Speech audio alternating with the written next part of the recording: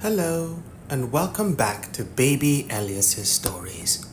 We now return to Night Watch by Terry Pratchett. Part 12. Sergeant Dickens turned out to be younger than Vimes remembered, but he was still close to retirement. He'd maintained a flourishing sergeant's moustache, waxed to point and clearly dyed, and the proper sergeant shape, occasioned by means of undisclosed corsetry. He'd spent a lot of time in the regiments, Vimes recalled, although he came from Llamedos originally. The men found that out because he belonged to some druid religion so strict that they didn't even use standing stones. And they were strongly against swearing, which is a real handicap in a sergeant, or would be if sergeants weren't so good at improvising. He was currently in Welcome Soap, a continuation of Cable Street, and he had the army. It wasn't much of one. No two weapons were exactly alike, and most of them were not, strictly speaking, weapons. Vimes shuddered when he saw the crowd and had a flashback, which was probably a flash forward, to all the domestic disputes he'd attended over the years. You knew where you were with strictly speaking weapons when they came at you. It was the not strictly speaking ones that scared the khaki out of a new recruit. It was the meat cleavers tied to poles. It was the long spikes and the meat hooks. This was, after all, the area of small traders, porters, butchers, and horsemen, and longshoremen. And so standing in raggedy lines in front of Vimes were men who, every day, peacefully and legally, handled things with blades and spikes that made a mere sword look like a girl's hatpin. There were classic weapons too. Men had come back from wars with their swords on their halberds. Weapons? God's bless you, sir, no! Them's mementos! And the sword had probably been used to poke the fire, and the halberd had done duty as a support for one end of the washing line, and their original use had been forgotten. Until now. Vimes stared at the metalwork. All this lot would have to do to win a battle would be to stand still. If the enemy charged them hard enough, he'd come out the other side as mince. "Some of them are retired watchmen, sir," Dickens whispered. "A lot of them have been in the regiments at one time or another, see? There's a few kids wanting to see some action. You know how it is. What do you think?" "I certainly hate to fight them," said Vimes. At least a quarter of the men had white hair, and more than a few were using their weapons as a means of support. "Come to that, I'd hate to be responsible for giving them an order. If I said 'about turn' to this lot, it'd be raining limbs." "They're resolute, sir." "Fair enough, but I don't want a war." "Oh, it won't come to that, sir," said Dickens. "I've seen a few barricades in my time. It generally ends peaceful. The new man takes over. People get bored. Everyone goes home, see?" "But Winder is a nutter," said Vimes. Tell me one that wasn't, sir," said Dickens. Sir, thought Vimes, or sir, at least, and he's older than me. Oh well, I might as well be good at it. "Sergeant," he said, I want you to pick 20 of the best men that have seen action. Men you can trust.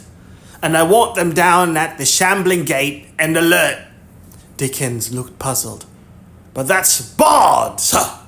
And it's right down behind us, it is. I thought maybe. Down at the gate, Sergeant, Vimes insisted. They're to watch for anyone sneaking up to unbar it, and I want the guard on the bridges to be strengthened.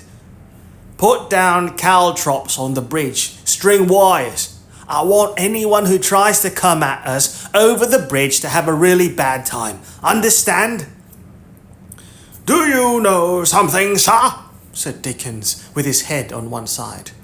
Let's just say I'm thinking like the enemy, shall we? Said Vimes. He took a step closer and lowered his voice. You know some history, Day. No one with an ounce of sense goes up against a barricade. You find weaknesses. There's other gates down there, sir, said Dickens doubtfully. Yes, but if they take shambling, they get into Elm Street and have a nice long gallop right into where we're not expecting them, said Vimes. But you are expecting them, sir. Vimes just gave him a blank look, which sergeants are quite good at deciphering. As good as done, sir, said Dickens happily. But I want a decent presence at all the barricades, said Vimes, and a couple of patrols that can go wherever there's trouble. Sergeant, you know how to do it. Right, sir, Dickens saluted smartly and grinned. He turned to the assembled citizenry. All right, you shower, he yelled. Some of you has been in a regiment. I know it. How many of you knows all the little angels? A few of the more serious class of mementos rose in the air. Very good.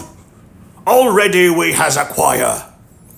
Now this is a soldier song, see? You don't look like soldiers, but by the gods I'll see you sounds like 'em. You'll pick it up as we goes along. Right turn, march! All the little angels rise up, rise up. All the little angels rise up. High! Sing it, you sons of mothers! The marchers picked up the response from those who knew it. How do they rise up, rise up, rise up? How do they rise up, rise up? High? They rise heads up, heads up, heads up, sang out Dickens as they turned the corner.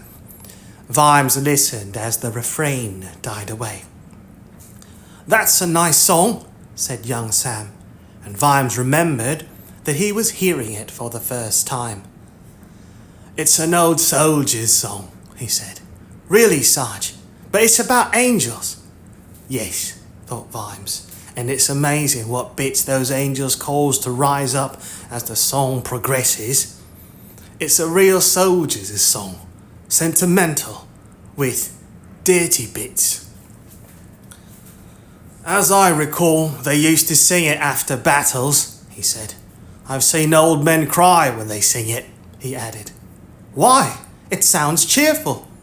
They were remembering who they were not singing it with, thought Vimes. You'll learn.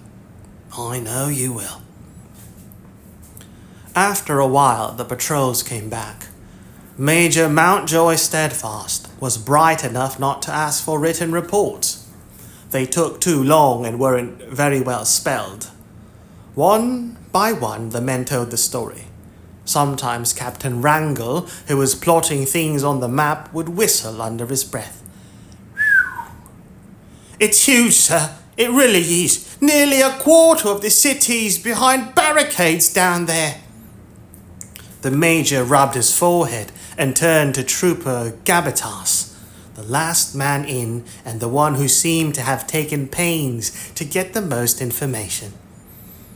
"They're all on a sort of line, sir, so I rode up to one in Hero Street. With me helmet off and looking off duty sort of thing, and I asked what it was all about. A man shouted down that everything was all right, thank you very much, and they'd finished all the barricades for now. I said, what about law and order? And they said, we've got plenty, thank you." "No one fired at you?" "No, sir. Wish I could say the same about round here. People were throwing stones at me, and an old lady emptied a utensil all over me from her window. There's something else, sir.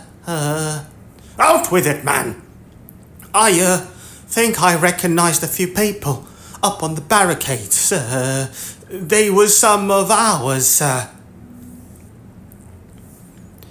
Vimes shut his eyes in the hope that the world would be a better place, but when he opened them, it was still full of the pink face of only just Sergeant Cullen. "Fred," he said, "I wonder if you fully understand the basic idea here.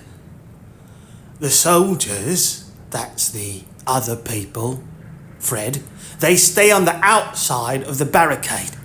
If they are on the inside, Fred, we don't, in any real sense, have a bloody barricade. Do you understand?" "Yes, sir, but..." "You want to do a spell in a regiment, Fred. And one of the things I think you'll find they're very hot on indeed is knowing who's on your side and who is not, Fred." "But, sir, they are..." "I mean, how long have I known you, Fred?" 2 or 3 days, sir." Right. Yeah, of course. Seems longer. So, why, Fred, do I arrive here and find you've let in what seems like a platoon? You haven't been thinking metaphysically again, have you?" It started with Billy Wiglet's brother, sir," said Cullen nervously. "A few of his mates came with him, all local lads. And there's a lad, Nancy Ball, grew up with, and a bloke who's the son of Waddy's next door neighbour, who he used to go out drinking with. And then there's..." "How many, Fred?" said Vimes warily.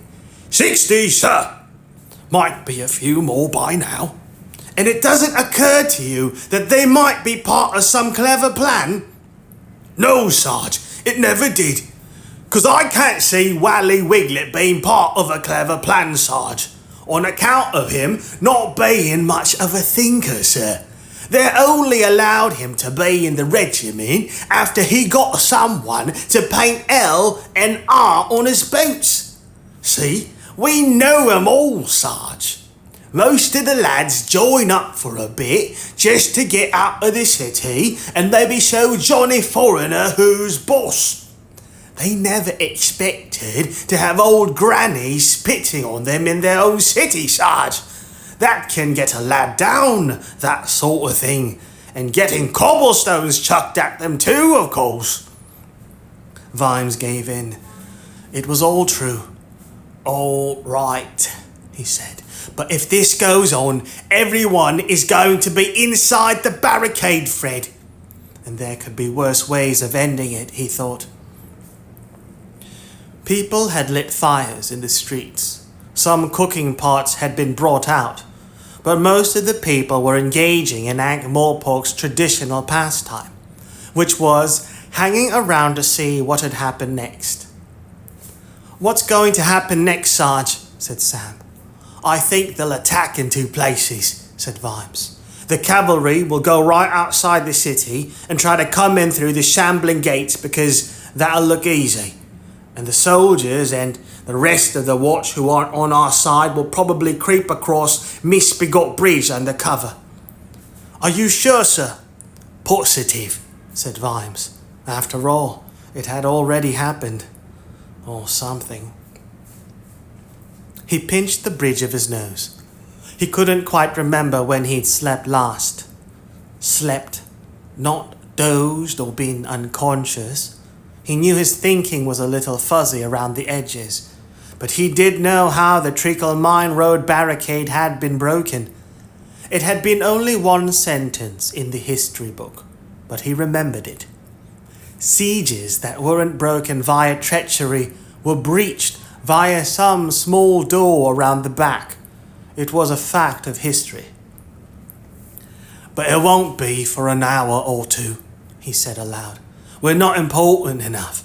It's all been quiet down here. It's when they start to wonder why that the midden will hit the windmill.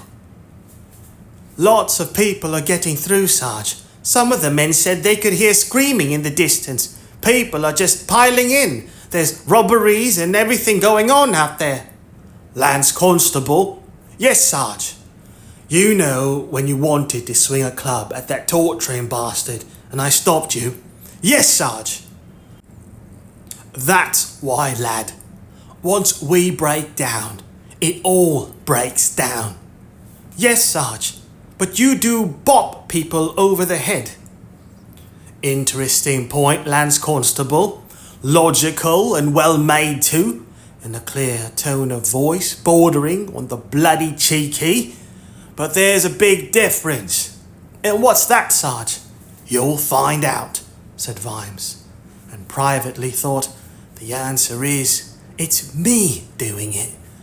I'll grant that it is not a good answer, because people like Carcer use it too, but that's what it boils down to. Of course, it's also to stop me knifing them and, let's be frank, them knifing me. That's quite important too. Their walk had brought them to a big fire in the center of the street.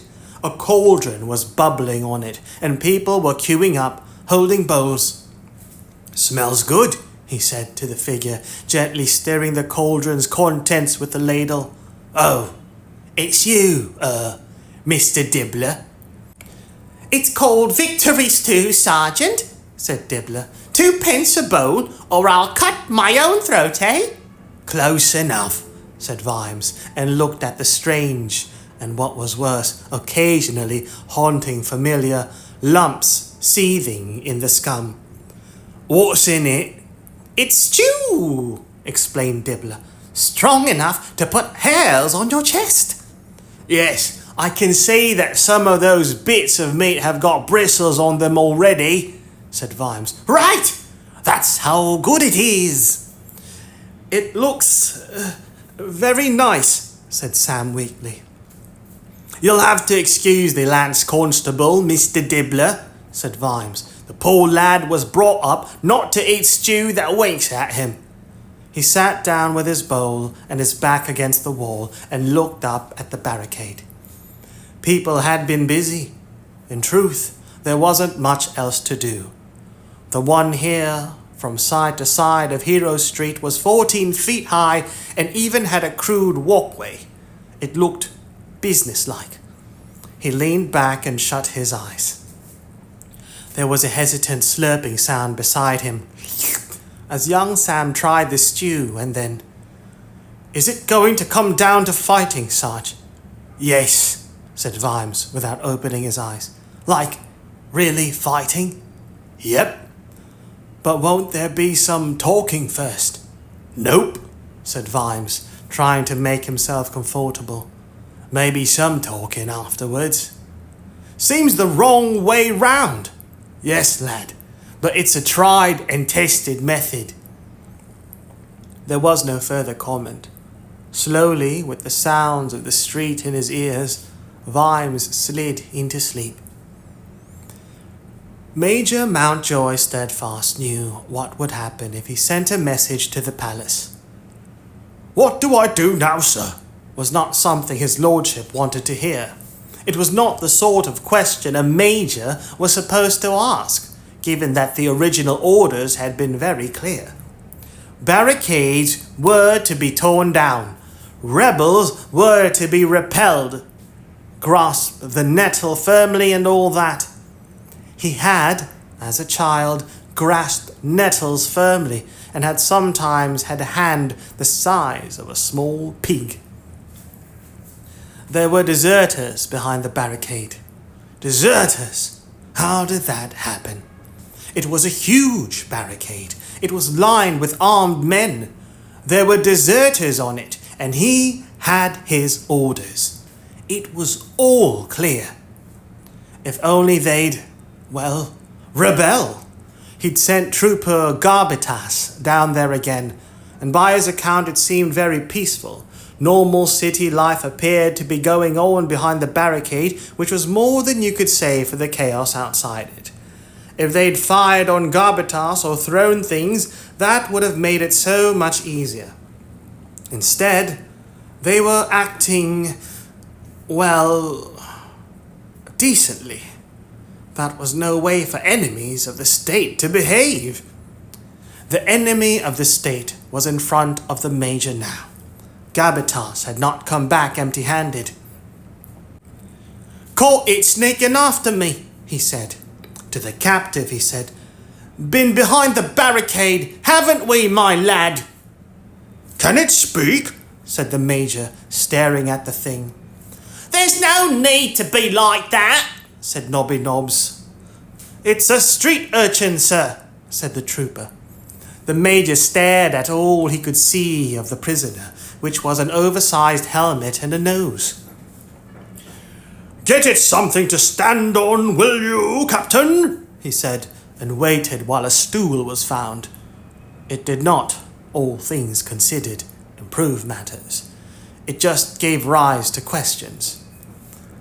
It's got a watch badge, Trooper. Is it some kind of mascot? "Carved it myself out of soap," said Nobby, "so I can be a copper." Why? Said the Major. There was something about the apparition that, despite the urgency, called for a kind of horrified yet fascinated study. "But I'm thinking of going for a soldier if I grow up," Nobby went on, giving the Major a happy grin. "Much better pickings, the way things are going." I'm afraid you're not tall enough, said the Major quickly. "Don't see why not. The enemy reaches all the way to the ground," said Nobby. "Anyway, people are lying down when you get their boots off. Old Scorner, he says the money's in teeth and earrings. But I say, every man's bound to have a pair of boots, right?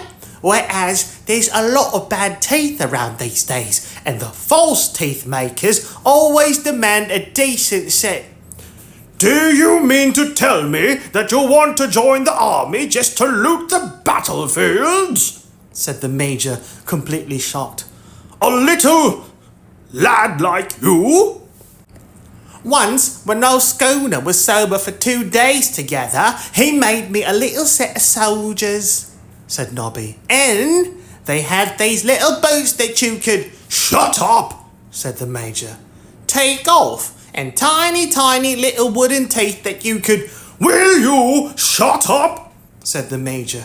Have you no interest in honor, glory, love of the city? "Dunno. Can you get much for 'em?" said Nobby. They are priceless. "Oh, well, in that case, I'll stick with the boots if it's all the same to you," said Nobby. "You can sell them for 10 pence a pair if you know the right shop." Look at Trooper Garbitas there, said the Major, now quite upset. 20 years' service, a fine figure of a soldier. He wouldn't stoop to stealing the boots of a fallen enemy, would you, Trooper? No, sir. Mug's game, sir, said Trooper Garbitas. Footnote 8. And this was true. Don't bother with the boots would have been Trooper Garbitas's advice, had he been inclined to part with it. You need to bribe someone on the baggage carts to build up a stock, and when all's said and done, you'll only make a few dollars. Stick to jewelry. It's portable. Trooper Garbitas had seen too many battlefields up close to use the word glory without wincing. End footnote 8. Yes, right, said the Major. You could learn a lot from men like Trooper Garbetas, young man. By the sound of it, your time with the rebels has filled your head with very wrong ideas indeed. I ain't a rebel, Nobby shouted. Don't you go calling me a rebel. I ain't a rebel. I'm an Ankh-Morpork lad, I am, and proud of it. Ha! You are wrong. I've never been a rebel, and you're cruel to say so. I'm an honest lad, I am. Big tears began to run down his cheeks, washing aside the grime to reveal the lower strata of grime beneath. The Major had no experience of this sort of thing. Every available orifice on the little lad's face seemed to be gushing. He looked for help to Garbetas. You're a married man, aren't you, Trooper? What are we supposed to do now? I could give him a clout alongside the ear, sir, said Trooper Garbetas. That's very unfeeling, Trooper. Look here, I had a handkerchief on me somewhere. Huh? I have my own wiper, thank you very much. I don't have to be condescended at, sniffed Nobby, and pulled one out of his pocket. In fact, he pulled several dozen, including one with the initials CMS on it. They were tangled together like a conjurer's flags of all nations, and dragged with them several purses and half a dozen spoons. Nobby wiped his face with the first one and thrust the entire collection back into his pocket. At this point, he realized that all the men were staring at him. What? What? He said defiantly. Tell us about this man Keel, said the Major. I don't know nothing, said Nobby automatically. Aha! That means you do know something, said the Major, who was indeed the sort of person who liked this kind of little triumph. Nobby looked blank. The captain leaned forward to whisper to his superior officer. Only under the rules of mathematics, sir, he said. Under the rules of common grammar, he is merely being emphatic. Tell us about Keel, the Major shouted. Tell you what, Major. Why not leave that sort of thing to the experts? Said a voice. The Major looked up. Carcer and his men had entered the tent. The sergeant was grinning again. Got yourself a little prisoner, have you?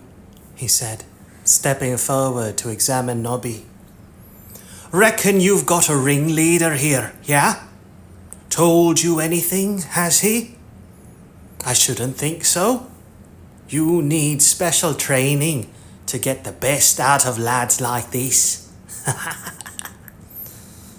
He slipped his hand into his pocket. When it came out, the knuckles were ringed with brass. Now then, lad, he said, as the soldiers watched in horror. You know who I am, do you? I'm in the particulars, me. And I can see two of you. One of them's a lively lad who's going to help the proper authorities with their business. And the other is a lippy little bugger who's going to try to be clever. One of these lads has a future. And all his teeth. Now, the funny thing about me, it's a little habit of mine, is that I never ask a question twice. So, you're not a criminal, are you? Nobby, his eyes huge and fixed on the brass knuckles, shook his head. You just do what you have to survive, right? Nobby nodded. In fact, you were probably a decent lad before you fell in with the rebels, I expect. Sang hymns and that. Nobby nodded. This man, who calls himself Sergeant Keel, is the ringleader of the rebels, yes? There was a moment of hesitation, and then Nobby raised a hand. Everyone does what he tells them. Is that the same thing? He said. Yep. Is he charismatic? Nobby kept staring at the brass knuckles. I don't know. I haven't heard him cough much. And what do they talk about beyond the barricade, my little lad? Well, justice and truth and freedom and stuff, said Nobby. Aha! Rebel talk, said Carcer, straightening up. Is it? Said the Major. Take it from me, Major, said Carcer. When you get a bunch of people using words like that, they're up to no good. He looked down at Nobby. Now, I wonder what I've got in my pocket for a good boy, eh? Oh, yes. Someone's ear. Still warm. Here you go, kid. Cool. Thanks, mister. Now run a long way away, or I'll gut yer. Nobby fled. Carcer glanced at the map spread on the desk. Oh, you're planning a little sortie. That's nice. Don't want to upset the rebels, do we? Why aren't you bloody well attacking, Major? Well, they're not. You're losing your troops to them. They hold a quarter of the city. And you're gonna sneak around the back, across the bridge, I see, and up Elm Street, quiet like. Like you are frightened! Carcer's hand smashed down onto the table, making the Major jump. I'm frightened of no man, he lied. You're the city right now, said Carcer, a little speck of white foam appearing at the corner of his mouth. They sneak. You don't. You ride right up to them and damn them to hell. That's what you do. They're stealing the streets from you. You take them back.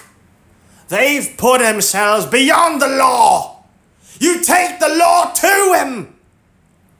He stepped back, and the manic rage subsided as quickly as it had arrived. That's my advice, he said. Of course, you know your own business best. Me and what's left of my poor lads, we're going to go out and fight. I'm sure their lordships will appreciate anything you feel you can do. He strode out, the particulars falling in behind him. You all right, Clive? Said the captain. Only the whites of the Major's eyes were showing. What a horrible man, said the Major quietly. Yes, of course. On the other hand, Yes, I know. We have no choice. We have orders. That weasel is right. If the damn thing is there in the morning, I've got no career, and nor have you. Show of strength, bold front, take no prisoners. That's what our orders are. Stupid orders. He sighed.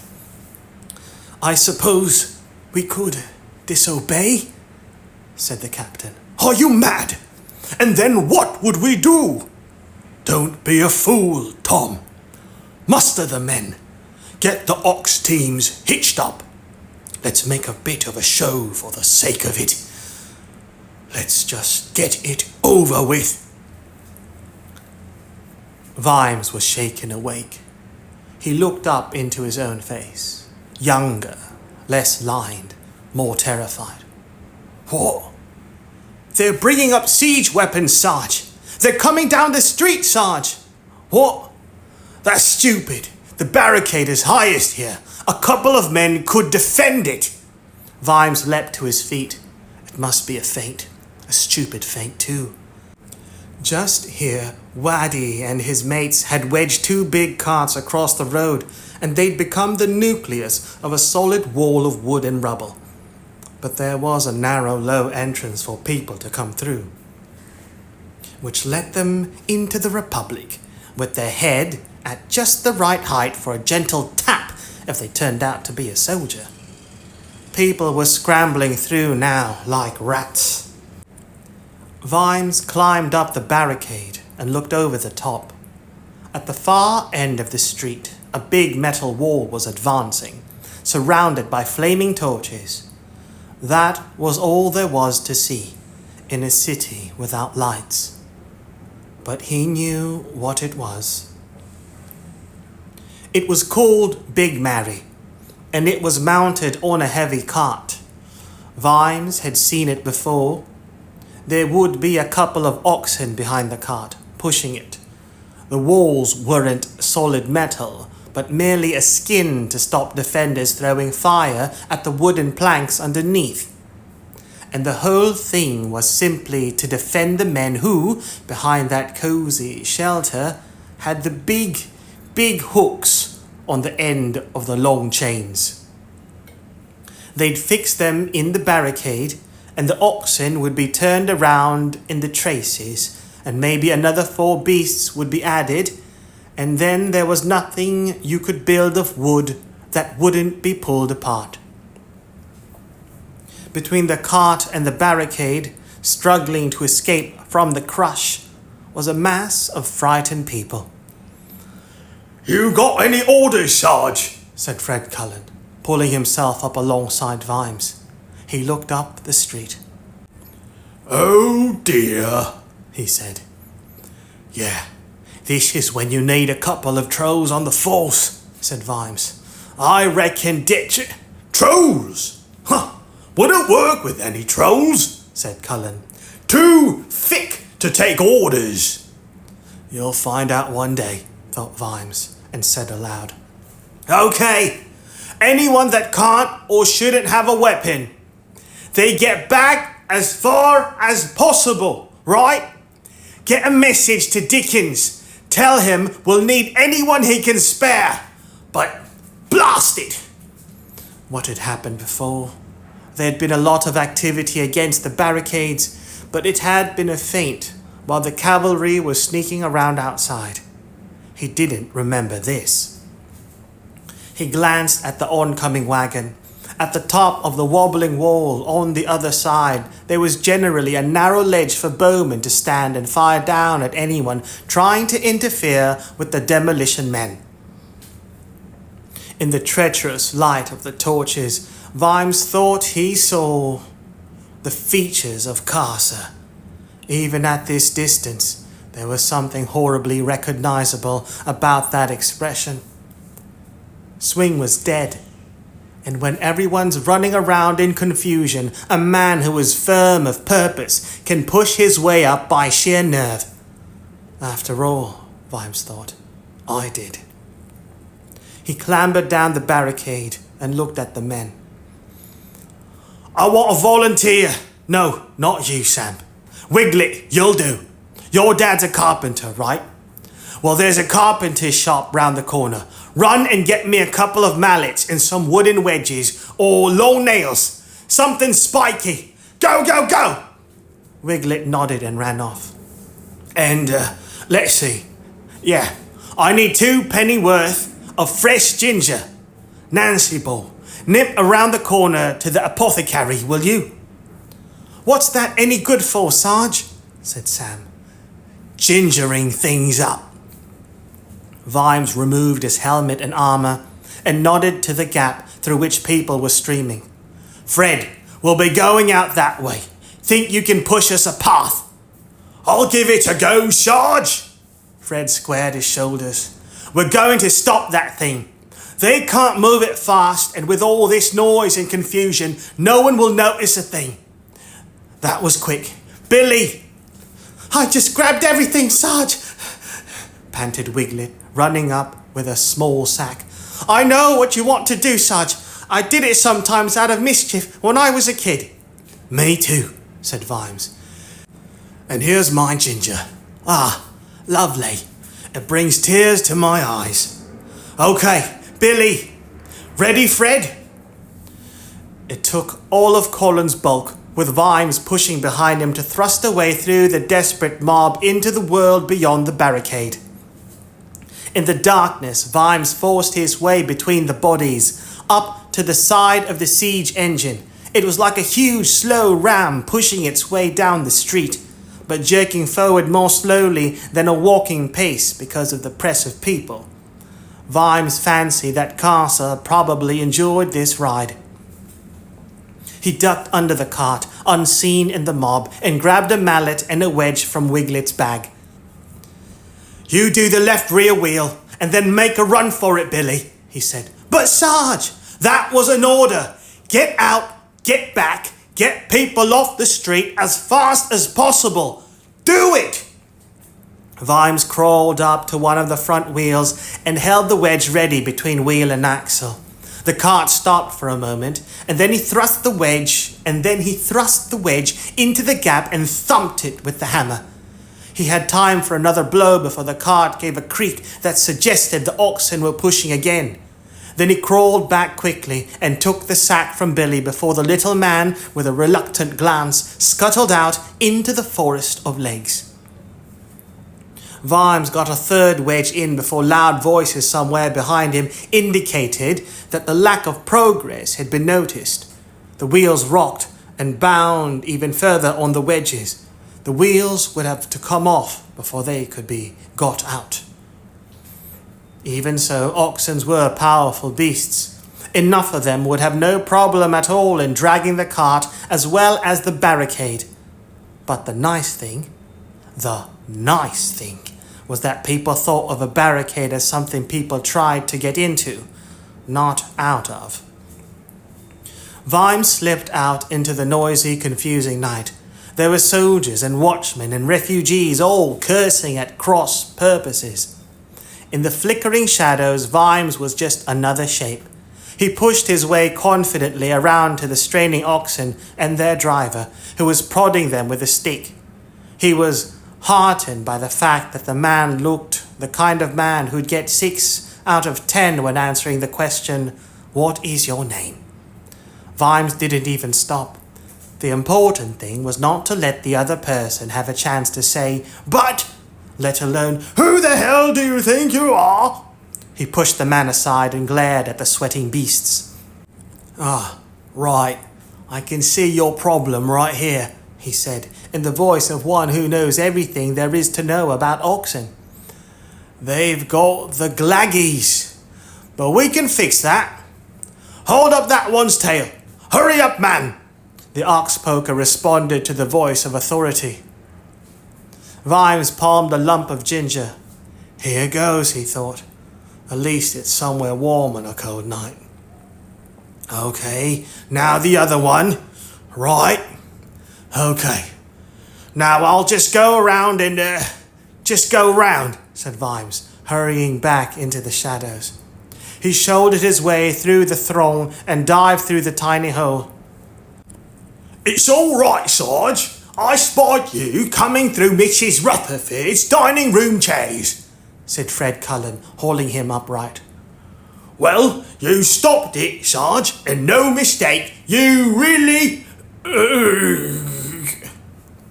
Yes, don't shake hands with me until I've had a wash," said Vimes, heading for the pump.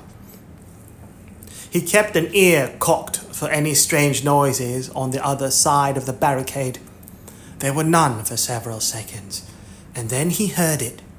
Nothing much had happened for some while after his visit to the oxen, except that, very slowly, their eyes had begun to cross and then also quite slowly turn red. It takes a long time for anything to happen inside the head of an ox, but when it does, it happens extensively. The moo started off low and rose slowly. It was a visceral sound that had rolled across the ancient tundra and told early man that here came dinner or death, and either way it was pissed off. It was the sound of a big beast that was still too small to restrain all the emotions that were welling up inside it. And it was a duet. Vimes, hauling himself up the barricade, saw people running. Then the whole of Big Mary shuddered. That didn't look too impressive unless you knew that a couple of tons of wood had just jumped sideways. Then there was the sound of splintering. Two of Big Mary's locked wheels collapsed, and she toppled sideways in a mass of flame, splinters, smoke, and dust. Vimes counted under his breath, and had only reached 2 when a cartwheel rolled out of the smoke and away down the road. This always happens. It wasn't over, though. The oxen tangled in the remains of the shafts and harness, and now an enraged joint creature that could get only 6 legs out of 8 on the ground, headed erratically but with surprising speed in the opposite direction. The other oxen, which had been waiting for the big pull, watched it approach. They were already spooked by the crash, and now they caught the stink of terror and fury and began a slow stampede away from it and towards, as it turned out, the waiting bowmen behind them who, in turn, tried to run into the cavalry. The horses were not inclined to be well behaved towards armed men in any case, and were also in a state of some apprehension.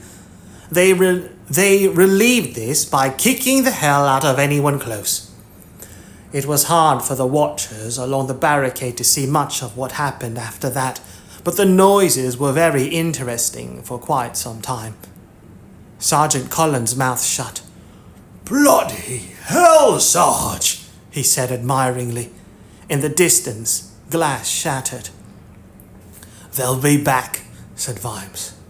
Yeah, but not all of them, said Wiglet. Well done, Sarge.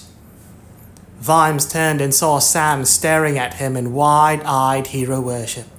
I was lucky, lad, he said, but it helps to remember little details and not mind getting your hands dirty. But we could win now, Sarge, said Sam. No, we can't, but we can put off losing until it doesn't hurt too much. Vimes turned to the others. Right, lads, back to work. We've had some fun, but dawn's a long way off. The news had got around even before he'd climbed down from the barricade. There was a cheer from the crowd, and a general struttiness about the armed men. We'd shown them, eh? They don't like the taste of cold steel, those, other people from Ankh-Morpork. We'll show 'em, eh? And it had taken a few wedges, some raw ginger, and a lot of luck. That wouldn't happen twice. Maybe it wouldn't need to. He remembered hearing about the assassination. It was all very mysterious. Winder had been killed in a room full of people, and no one saw a thing. Magic had been suggested, and hotly denied by the wizards. Some historians had said that it happened because troops around the palace had been sent to attack the barricades, but that didn't answer the question. Anyone who could stab a man to death in a brightly lit room full of people surely wouldn't find some guards in the darkness any kind of obstacle. Of course, with Snapcase as new patrician, no one had tried very hard to establish the facts in any case. People said things like, "Quite possibly we shall never know the truth," which meant, in Vimes's personal lexicon, "I know or think I know what the truth is, and hope like hell it doesn't come out, because things are all smoothed over now. Supposing we don't lose." Keel hadn't killed Big Mary. She hadn't been used in the other present. The soldiers hadn't been stupid enough to try it. That sort of thing was okay to deal with. Little local affairs. That sort of thing was okay to deal with little local affairs manned by civilians. But it was a joke if you put it up against stout defenses manned by professionals.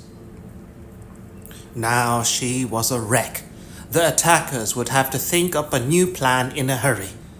And time was moving on. Supposing we don't lose. All they had to do was hold out. The people at the top had very short memories.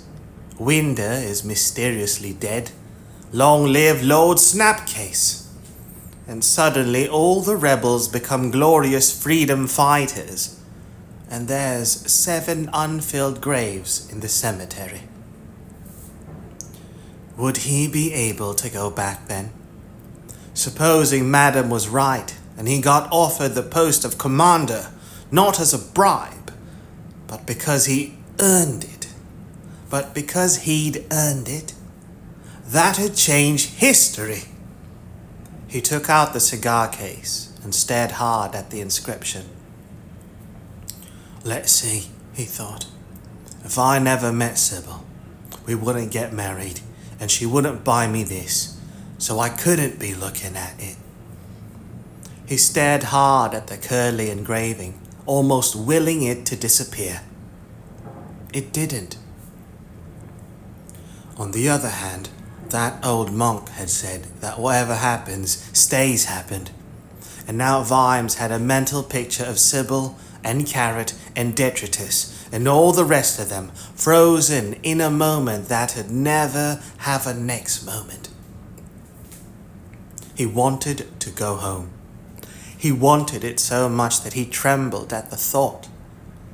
But if the price of that was selling good men to the night, if the price was filling those graves, if the price was not fighting with every trick he knew, then it was too high.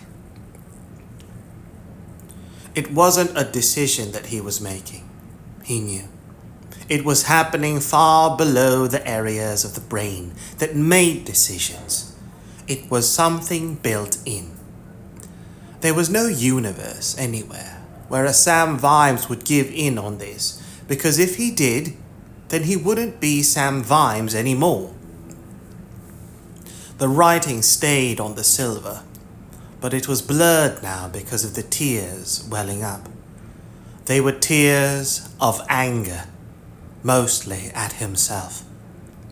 There was not a thing that he could do. He hadn't bought a ticket, and he hadn't wanted to come, but now he was on the ride and couldn't get off until the end. What else had the old monk said? History finds a way? Well, it was going to have to come up with something good, because it was up against Sam Vimes now. He glanced up and saw young Sam watching him. You okay, Sarge? Fine. Only you've been sitting there for 20 minutes looking at your cigars. Vimes coughed and tucked the case away and pulled himself together. Half the pleasure's in the anticipation, he said. The night wore on. News came through from barricades at bridges and gates. There were forays, more to test the defenders' strength of will than make a serious dent in the defences. And there were even more deserters. One reason for the desertion rate was that those people of a practical turn of mind were working out the subtle economics. The Republic of Treacle Mine Road lacked all the big important buildings in the city, the ones that traditional rebels were supposed to take. It had no government offices, no banks, and very few temples. It was almost completely bereft of important civic architecture. All it had was the unimportant stuff. It had the entire slaughterhouse district, and the butter maker, and the cheese market. It had the tobacco factors, and the candle makers, and the most of the fruit and vegetable warehouses, and the grain and flour stalls. This meant that while the Republicans were being starved of important things like government, banking services, and salvation, they were self-sufficient in terms of humdrum, everyday things like food and drink. People are content to wait a long time for salvation, but prefer dinner to turn up inside an hour. A present from the lads down at the Shambles, Sarge, said Dickens, arriving with a wagon. They said it'd only spoil otherwise. Is it okay for me to dish 'em out to the field kitchens? What have you got? said Vimes. Steaks, mostly, said the old sergeant, grinning. But I liberated a sack of onions in the name of the revolution. He saw Vimes's expression change. No, Sarge, the man gave them to me, see? They need eating, he said. What did I tell you? Every meal will be a feast in the People's Republic, said Red Shoe, striding up. He still hung on to his clipboard. People like Reg tend to. If you could just take it along to the official warehouse, Sergeant. What warehouse? Reg sighed. All food must go into the common warehouse and be distributed by my officials according to... Mr. Shoe, said Dickens. There's a cart with 500 chickens coming up behind me, and there's another full of eggs. There's nowhere to send 'em, see? The butchers have filled up the ice houses and smoke rooms, and the only place we can store this grub is in our guts. I ain't particularly bothered about officials. On behalf of the Republic, I order you, Reg began, and Vimes put his hand on his shoulder. Off you go, Sergeant, he said, nodding to Dickens. A word in your ear, Reg. Is this a military coup? said Reg uncertainly, holding his clipboard. No, it's just that we're under siege here, Reg. This is not the time. Let Sergeant Dickens sort it out. He's a fair man. He just doesn't like clipboards. But supposing people get left out, said Reg. There's enough for everyone to eat themselves sick, Reg. Red Shoe looked uncertain and disappointed, as though his prospect was less pleasing than carefully rationed scarcity. But I'll tell you what, said Vimes. If this goes on, the city will see to it the deliveries come in by other gates. We'll be hungry then. That's when we'll need your organizational skills. You mean we'll be in a famine situation? said Reg, the light of hope in his eyes. If we aren't, Reg, I'm sure you could organize one, said Vimes, and realized he'd gone just a bit too far. Reg was only stupid in certain areas, and now he looked as though he was going to cry. I just think it's important to be fair, the man began. Yeah, Reg, I understand, but there's a time and a place, you know. Maybe the best way to build a bright new world is to peel some spuds in this one. Now off you go, and you, Lance Constable Vimes, you go and help him. Vimes climbed back up the barricade. The city beyond was dark again, with only the occasional chink of light from a shuttered window. By comparison, the streets of the Republic were ablaze. In a few hours, the shops out there were expecting deliveries, and they weren't going to arrive. The government couldn't sit this one out. A city like Ankh-Morpork was only 2 meals away from chaos at the best of times. Every day, maybe 100 cows died for Ankh-Morpork. So did a flock of sheep and a herd of pigs, and the gods alone knew how many ducks, chickens, and geese. Flour?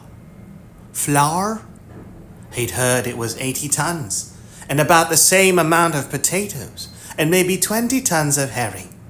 He didn't particularly want to know this kind of thing, but once you started having to sort out the everlasting traffic problem, these were facts that got handed to you. Every day, 40,000 eggs were laid for the city. Every day, hundreds, Thousands of carts and boats and barges converged on the city with fish and honey and oysters and olives and eels and lobsters. And then think of the horses dragging this stuff, and the windmills and the wool coming in too.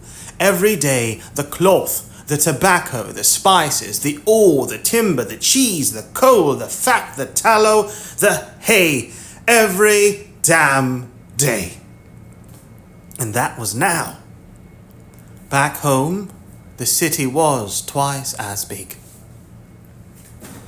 Against the dark screen of night, Vimes had a vision of Ankh-Morpork. It wasn't a city, it wasn't a process. A weight on the world that distorted the land for hundreds of miles around.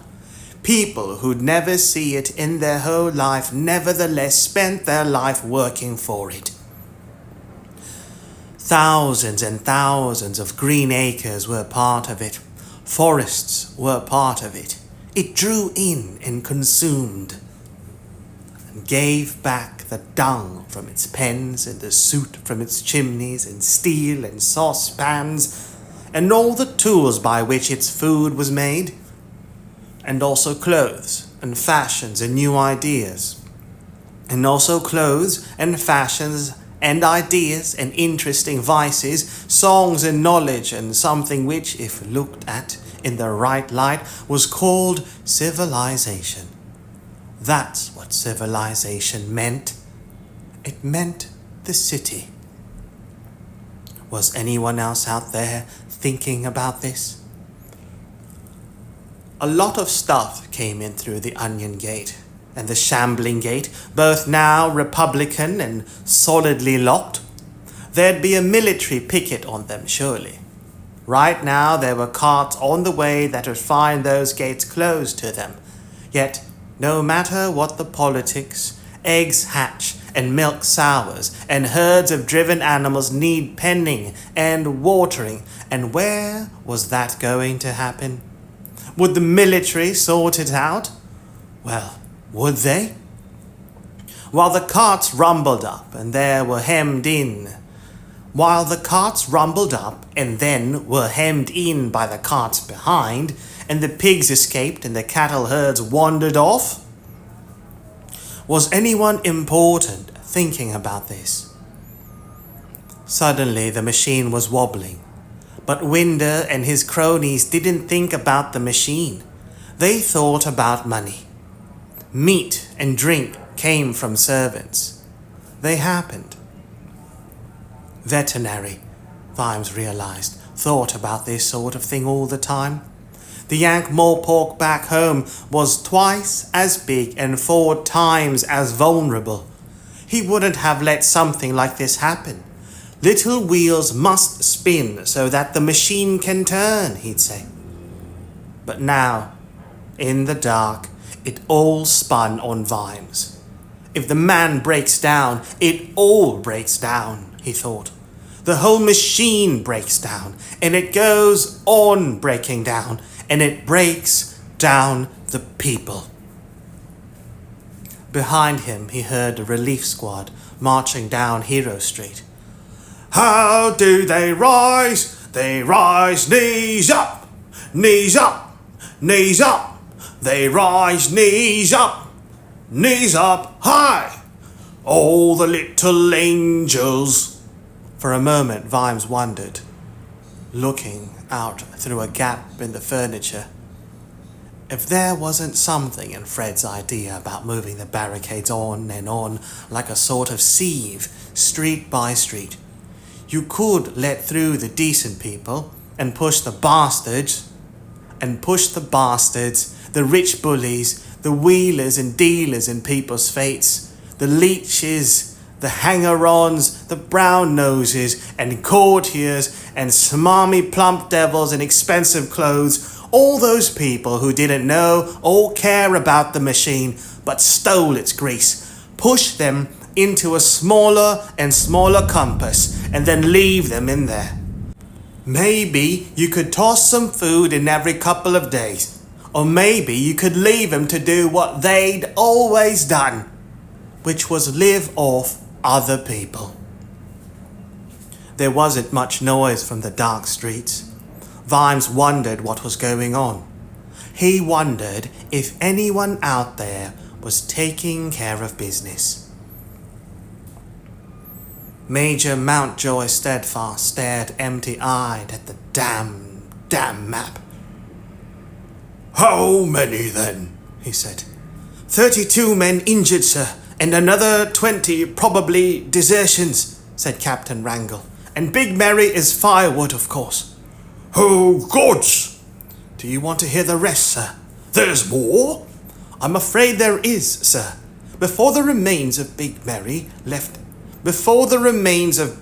left Hero Street, sir, she smashed 20 shop windows and various carts, doing damage estimated at... Fortunes of war, Captain! We can't help that! No, sir. The captain coughed.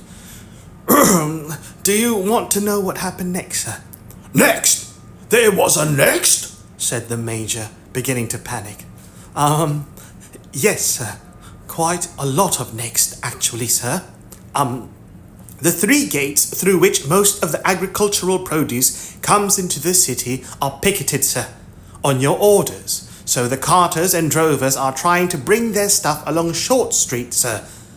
Fortunately, not too many animals at this time of night, sir, but there were 6 millers' wagons, 1 wagon of dried fruit and spices, 4 dairymen's wagons, and 3 heggelers' carts. All wrecked, sir. Those oxen really were very feisty, sir. Heggelers? What the hell are hegglers? Said the Major, bewildered. Egg marketers, sir. They travel around the farms, pick up the eggs. Yes, all right. And what are we supposed to do? We could make an enormous cake, sir. Tom! Sorry, sir, but the city doesn't stop, you see. It's not like a battlefield. The best place for urban fighting is right out in the countryside, sir, where there's nothing else in the way. It's a bloody big barricade, Tom. Too well defended, we can't even set fire to the damn thing. It'll take this city up with it. Yes, sir.